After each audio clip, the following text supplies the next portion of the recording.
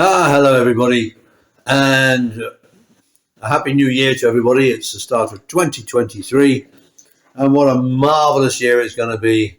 Honestly, well, we'll wait and see.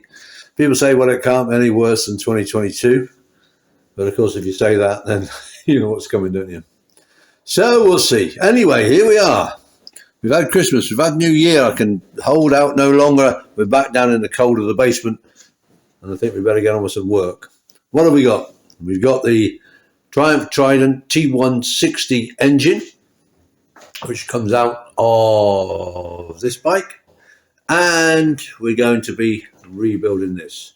So the very first thing I'm going to do is the owner wants everything done, blast cleaned and polished and so on. So the very first thing we're going to do is to take the cases down to be blast cleaned. So that means taking out all of the bits, all the bearings and so on, so they can be blast cleaned, because everything's got to be out for blast cleaning. It creates such a mess. It's basically going to fill everything full of sand, and obviously you don't really want your bearings full of sand.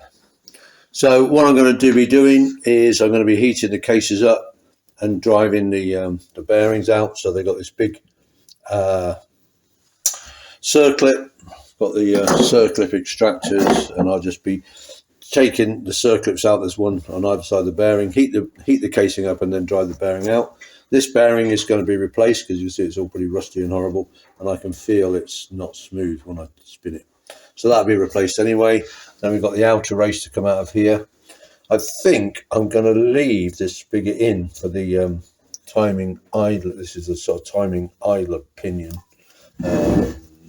Sort of stud.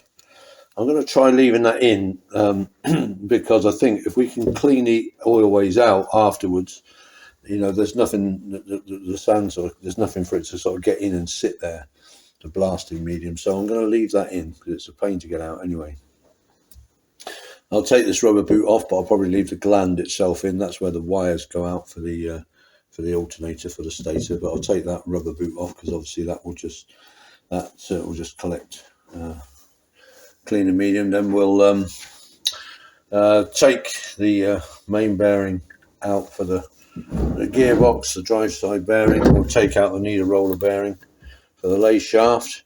Hopefully we'll be able to reuse this drive side bearing. They're pretty main bearing for the gear shaft, for the gearbox, because they're very expensive, and that looks okay. So hopefully I'll be able to save that. But it's not easy to drive to. The problem is you have to, when you drive this bearing out, you actually have to drive it out with something actually on the roller bearings. Yeah, that's the only way. You know, you can actually only rest the sort of drift on those actual bearings themselves. So obviously you can risk damaging the actual bearing because you're not sort of driving out on the sort of, you know, the outer bit of the bearing. You're actually driving out on the actual rollers themselves. But I think we'll still be okay. Then I'll take off the these are the main bearing caps, and you can see how worn the shells are there.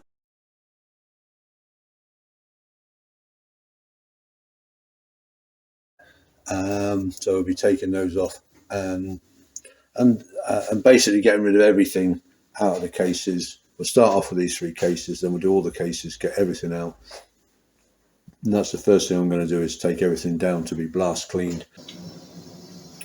Right, I'm just finishing now heating up the cases.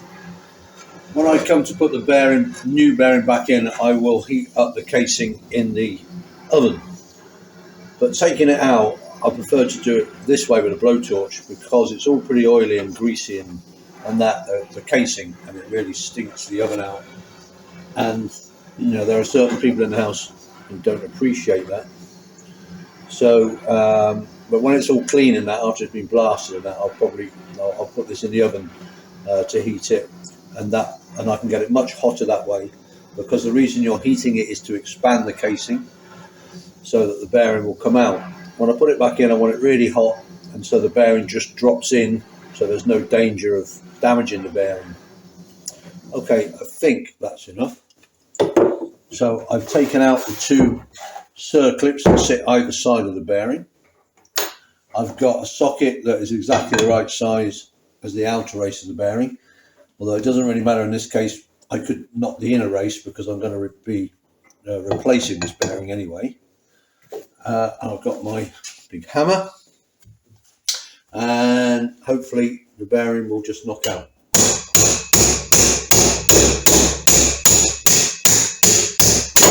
There it goes. Okay, got my gloves on because this is hot, and there's the bearing out of the casing. And so that's the casing just about ready to go down to be blasted. Just need to take this oil seal out here. That is where the cross shaft goes for the gearbox, because of course on these bikes they have left foot gear change, but the gearbox is still on the right of the bike. So they have this shaft that goes right the way across the engine, comes out through the primary chain case to enable the bike to go to left-hand gear change, I think as required by American legislation. Okay, there we are, that's the first bearing out. So I'll now do the same. I've got the outer race of the timing side bearing to come out, because the timing side bearing, unlike these bearings, it's not in one piece like that. It's two-piece bearing. There's an inner race and the actual sort of bearings, and then there's a separate outer race. So I just need to take the outer race out, because again we're going to be replacing that bearing.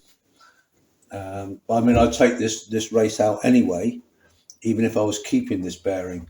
The only thing is if I was going to keep the bearing, I would have to make doubly sure which way round this race went in, because obviously I don't want to put it back in the other way round, because it would accelerate the wear. It wants to go back in in the same place as it was, on the bearings.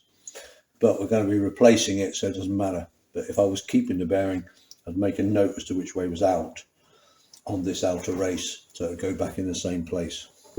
Okay, I'm doing the same with this casing now. I've taken the circlips out that hold the outer race in, and I found a socket. It's about the same size as the outer bearing race, and I've heated everything up. And so now I'm going to try and knock that through as we did the other bearing. Doesn't fit quite as well, this socket, but there we go. And that's knocked it straight out. That's the outer race, which we will be replacing anyway. Yeah.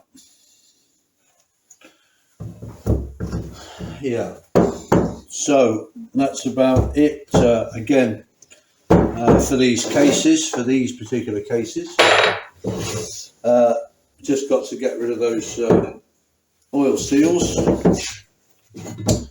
and then I'll leave this. There's a wash. There's one of the washers on the. These are the stator studs that hold the stator on. But again, I shall probably leave these in situ.